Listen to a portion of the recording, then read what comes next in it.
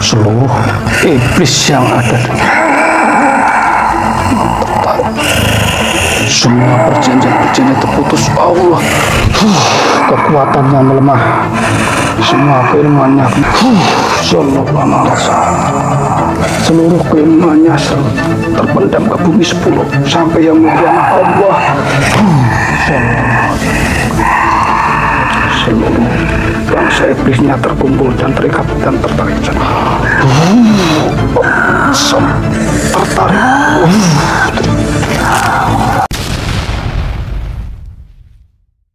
Bismillahirrahmanirrahim. Assalamualaikum warahmatullahi wabarakatuh. Waalaikumsalam. Alhamdulillahirabbil alamin. Bertemu lagi dengan kita tim Insan Merbabu. Salam bahagia kepada sedulur-sedulur semuanya. Mudah-mudahan sedulur-sedulur semuanya dalam perlindungan Allah, dijauhkan dari mara bahaya, diberikan kesehatan, umur yang panjang yang barokah. Di kesempatan hari ini kita tim mau mengungkap dari sisi gaib, kenapa di bangsa Indonesia ini terbentuk Pancasila dan Bhinneka Tunggal Ika.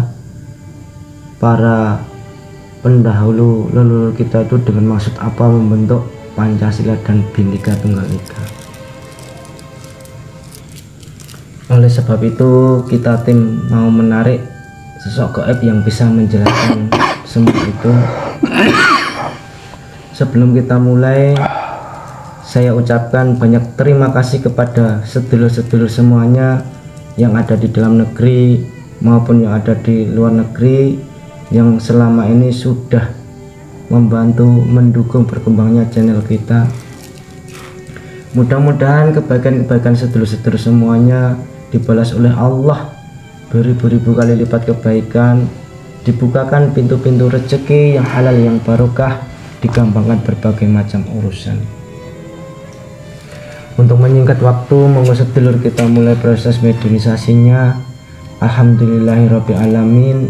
Di kesempatan hari ini kita ditemani oleh beliau Bapak Yang Murani.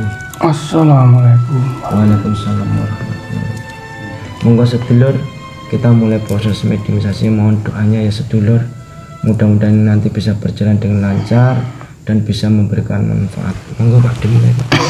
Bismillahirrahmanirrahim. Saya mau dibersihkan energi negatif, energi dan tubuh mediator dibersihkan dari ujung kaki sampai ujung rambut, dibersihkan semuanya kotam-kotam dan setan yang berfirman. Sallallahu alaihi wasallam, dibersihkan semuanya malaikat. Sallallahu alaihi Allah. Sallallahu alaihi wasallam. Dan saya mohon yang malaikat dibentengi tubuh mediator dengan cahaya berlapis-lapis. Tidak ada makhluk pun yang bisa menembus bentang pertahanan ini.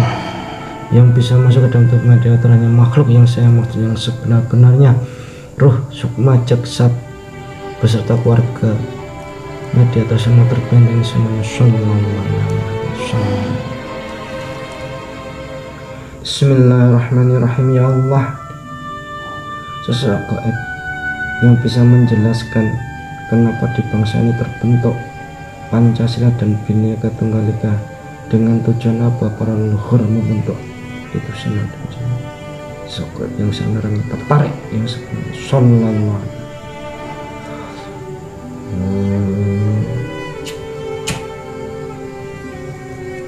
Allah. Masuk.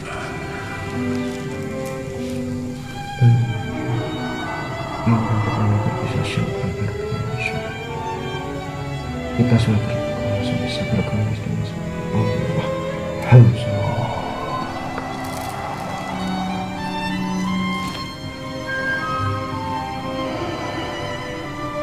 Mohon maaf, dengan siapa ini? Nama saya Yang Ronggo. Nggih, panjenengan sosok apa? Saya leluhur bangsa Nusantara. Iya, sosok apa panjenengan? Saya ini bangsa roh. Roh. Sampai panjenengan itu bertempat tinggal di mana panjenengan?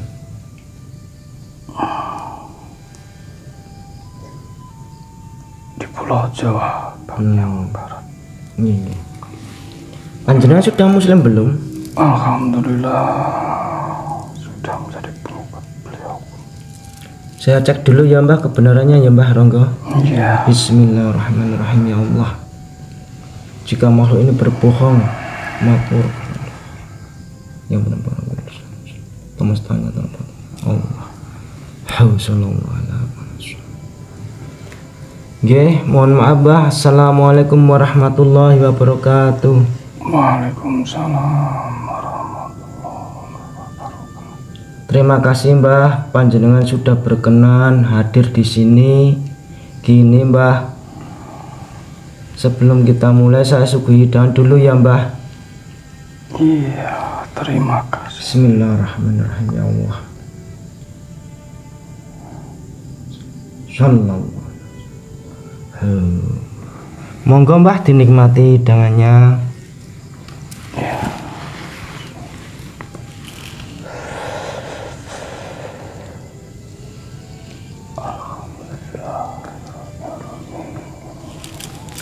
Gini Mbah, saya mau bertanya, kenapa di bangsa ini terbentuk Pancasila dan Bhinneka Tunggal Ika, dan para leluhur bangsa ini mempunyai tujuan dan maksud apa Mbah sebenarnya? Iya, semua tak lepas dari karakter bangsa Nusantara.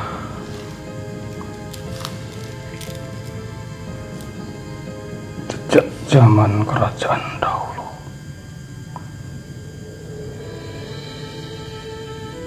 bahwa kerajaan-kerajaan Nusantara ini dulunya yang bisa menyatukan bangsa-bangsa 2/3 penduduk bumi punya jiwa dan karakter yang luhur, bangsa yang terbuka, bangsa yang terdiri dari beratus-ratus suku dan bahasa, hidup dalam naungan kerajaan Nusantara, sehingga itu mewarnai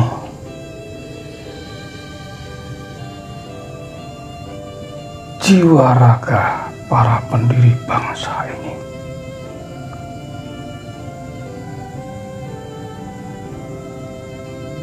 Meskipun dahulu terjadi perbedaan pandangan dari tokoh-tokoh bangsa ini dalam membentuk negara Nusantara ini.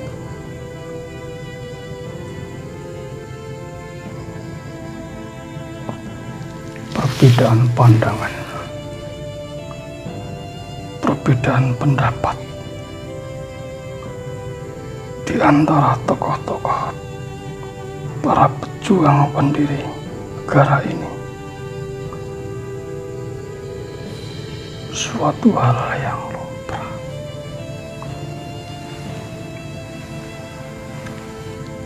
Dulu ada 3 tokoh sentral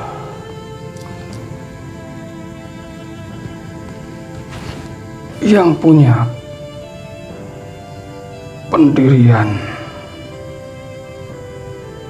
tentang pemahaman terbentuknya negara ini. Meskipun dulu berasal dari satu guru yang sama,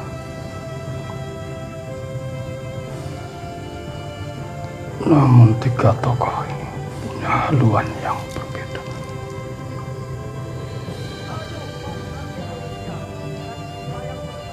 itu semua tak lepas dari kondisi global pada saat itu. Antara pengaruh blok barat dan blok timur.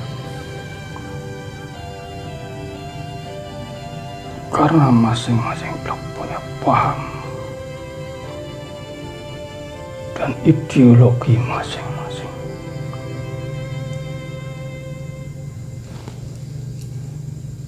Namun negara ini didirikan atas dasar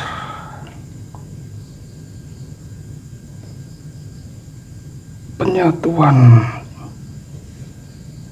seluruh komponen-komponen yang ada.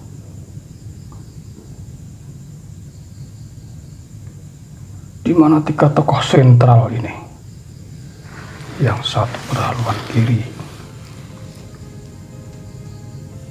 yang cenderung terpengaruh kondisi perpolitikan pada saat itu, yang satu berhaluan kanan,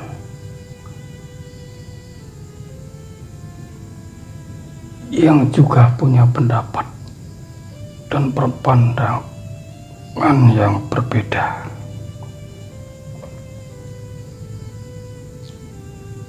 Namun dengan kebijakan beliau pendiri bangsa ini menyatukan tiga unsur yang berbeda.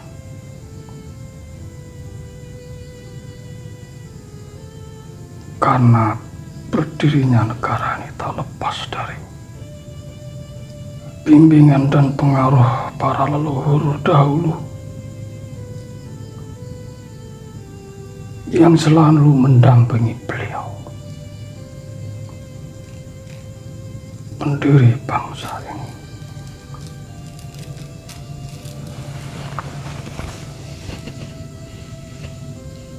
Demi tegaknya sebuah negara yang berdaulat, yang kuat, yang bisa menyatukan seluruh Nusantara, yang terdiri dari bersuku-suku dan bahasa.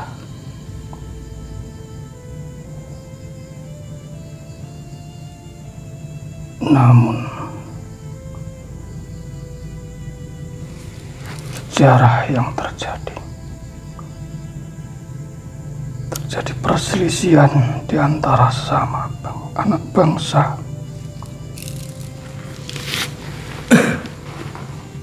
yang seharusnya menjadi pelajaran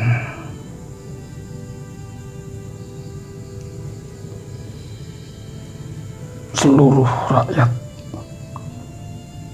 tentang pentingnya persatuan dan kesatuan.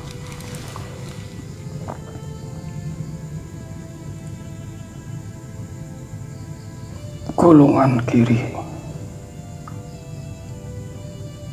merasa tidak puas dengan kebijakan yang sudah menjadi kesepakatan. Begitu juga golongan kanan yang tidak sepaham sesuai dengan pandangan dan pendapatnya. Namun beliau bapak bangsa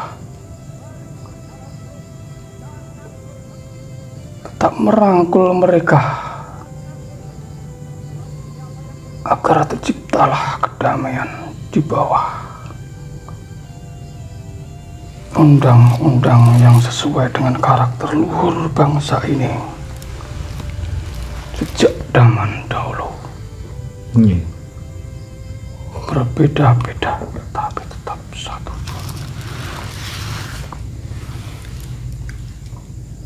Namun para penjajah tidak serta-merta ingin lepaskan begitu saja pengaruhnya di negeri ini, yang mana para penjajah ini disusupi oleh antek-antek bangsa asing yang selalu ingin menguasai negeri kita tercinta.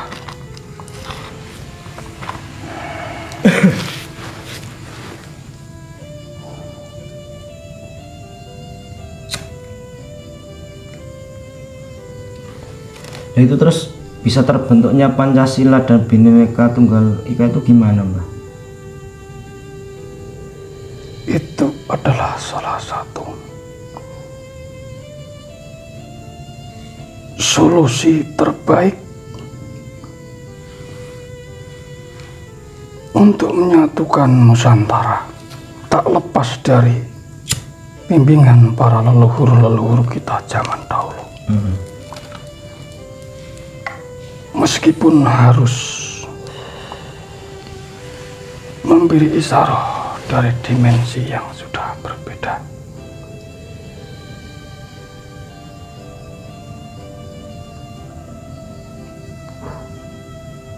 yang berhaluan kiri bisa menerima, begitupun juga yang berhaluan kanan. Namun yaitu tadi, antek-antek penjajah ini yang sudah ditunggangi oleh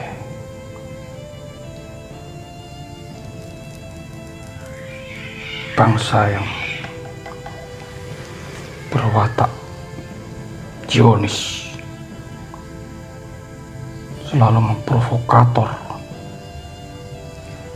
agar terjadi perpecahan di antara sama anak bangsa. Mereka menyusupkan agen-agennya, menyusupkan ke golongan kiri antek-antek mereka zaman dahulu, yang mana saat ini sudah terbongkar. Ternyata provokator yang berlawan kiri tersebut ternyata adalah keturunan yang sudah jelas menjadi antek Zionis. Mereka menyusupkan tokoh-tokoh mereka yang memang sejak dulu sudah diberi kasta di negeri ini, kasta yang dikatakan nomor 2, untuk melemahkan perjuangan bangsa pribumi dengan fatwa-fatwa yang menyesatkan. Berarti gini ya, Mbah, dengan tujuan para leluhur kita dan tokoh-tokoh pejuang itu mencetuskan Pancasila dan Bhinneka Tunggal Ika itu untuk mempersatukan, karena di Nusantara ini berbagai macam keyakinan, berbagai macam bahasa dan adat istiadat itu ya, Mbah. Iya. Yang sebetulnya itu juga tidak bertentangan dengan hukum-hukum yang ada di dalam syariat yang dianut oleh mayoritas bangsa ini, yang para leluhur lebih menekankan sisi hakikat yang sebenarnya, nilai-nilai ajaran hakikat sebenarnya yang tidak bertentangan dengan budaya leluhur kita bangsa Nusantara. Namun antek-antek penjajah ini menyusupkan juga pahamnya pada golongan di antara keduanya, baik di golongan kiri maupun golongan kanan.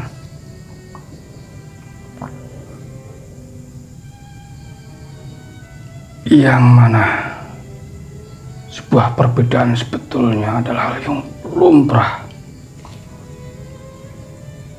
selama tidak disusupi oleh pasukan-pasukan penjajah dan antek-anteknya. Yang mana di dalam golongan kanan disebutkan paham-paham yang radikal, paham-paham takfiri, yang mana pada saat itu juga bergejolak di negeri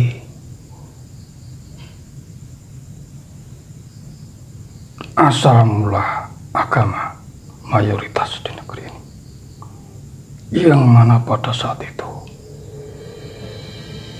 paham-paham takfiri merebak di seluruh dunia. Itu adalah paham-paham yang disebutkan oleh antek-antek Dajjal, antek-antek Iblis. Meskipun di salah satu yang berhaluan kiri ternyata juga disusupkan tokoh-tokoh yang ternyata gennya adalah gen mereka. Maka dengan kebijaksanaan beliau bapak pendiri bangsa ini untuk merangkul keduanya, meskipun harus banyak tantangan, saling curiga antara satu dengan yang lain. Di saat beliau merangkul mendekati yang berhaluan kiri, maka yang berhaluan kanan curiga. Begitu pula sebaliknya. Itu tak lepas dari ulah agen-agen yang mencoba merusak persatuan negara kita tercinta. Mereka ditunggangi oleh antek-antek Zionis.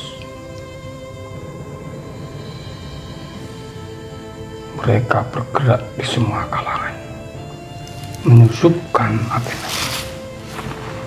Namun akhir-akhir ini semua sudah mulai terbongkar. Banyak dari golongan kiri yang sadar, banyak dari golongan kanan yang sadar. Mereka sadar semua hanya korban dari provokasi-provokasi dan paham-paham yang sudah diselewengkan.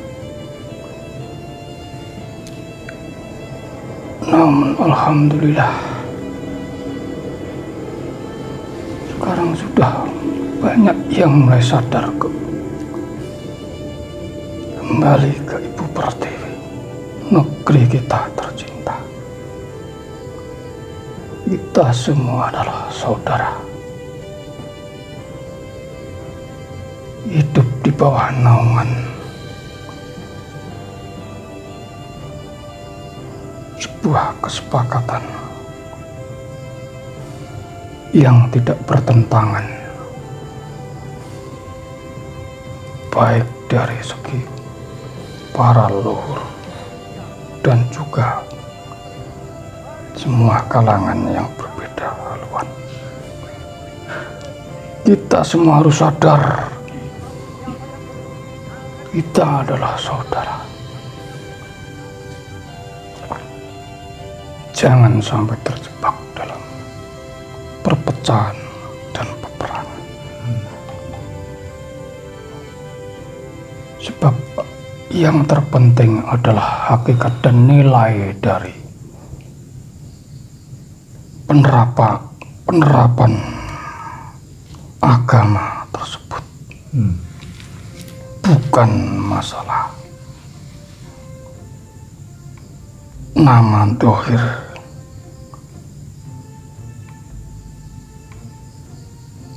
Semoga semuanya paham dan sadar. Iya, Mbah.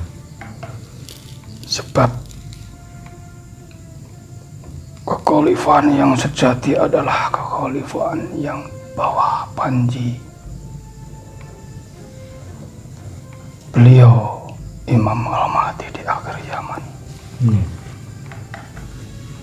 Memperjuangkan sebuah kekhalifan yang digaung-gaungkan oleh para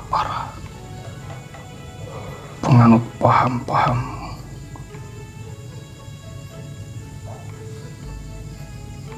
terdahulu adalah bukan jalan yang sebenarnya. Nah itu kalau ada yang sebagian itu menolak Pancasila dan Bhinneka Tunggal Ika itu gimana, Mbah? Kan ada yang menolak. Semoga mereka segera bersadarkan diri, menerima dengan lapang dada perjuangan sebuah sistem yang anggap mereka sebuah kebenaran. Itu adalah cara yang keliru.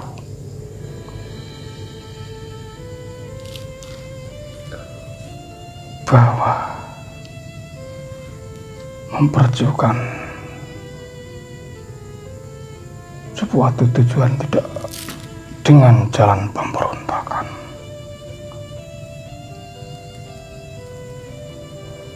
Itu sebenarnya Sebab kita adalah saudara yang hanya berbeda dalam pemahaman.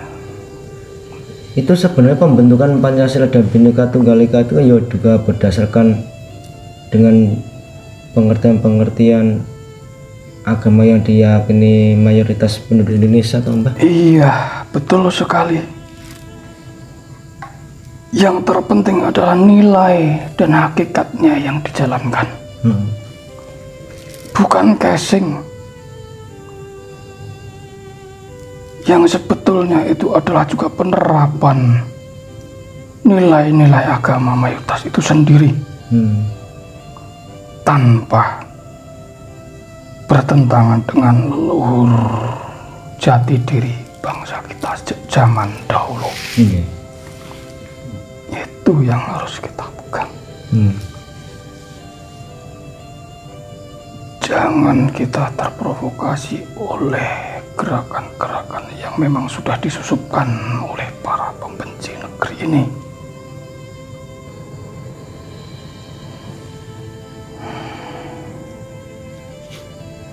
Nah nanti kalau semua orang tidak bisa atau tidak mau memakai Pancasila, itu apa yang akan terjadi di bangsa ini, Mbah? Yang ada akan terjadi perpecahan, peperangan.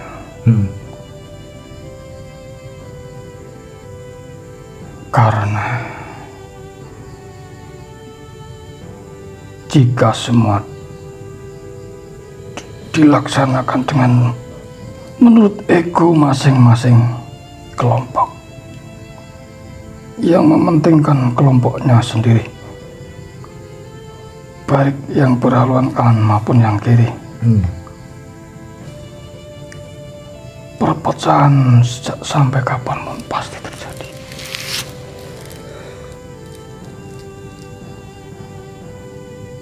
Sebab perjuangan yang sejati adalah perjuangan kelak di akhir zaman. Di bawah satu komando. Beliau pemimpin akhir zaman. Terima kasih ya, Mbah, atas wedar-wedarannya.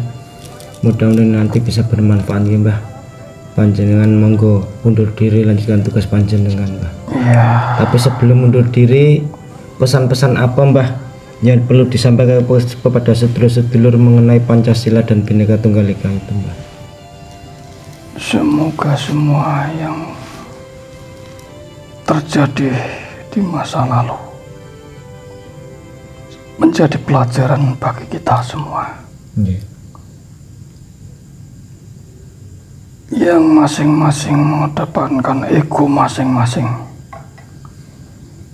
Toh semua yang menjadi korban adalah anak bangsa sendiri. Kita harus kembali kepada satu persatuan, meletakkan ego masing-masing, kembali ke jalan yang benar, ajaran yang rahmatan lil alamin.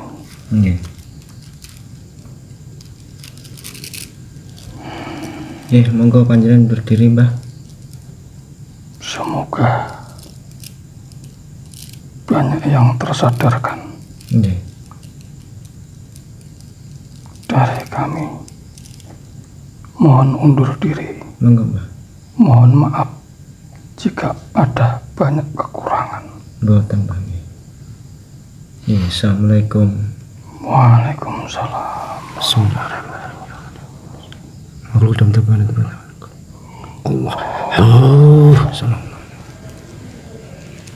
Sekian pemirsa, dialog kita dengan sesosok gaib yang makruh yang ada di Nusantara ini. Beliau itu menjelaskan bahwa terbentuknya Bhinneka Tunggal Ika dan Pancasila itu tidak kurang tidak lebih itu hanya untuk mempersatukan bangsa ini, karena dengan berbagai macam keyakinan, bahasa, adat istiadat, makanya dibentuk itu untuk mempersatukan biar tidak ada perbedaan. Semua itu adalah warga bangsa Indonesia.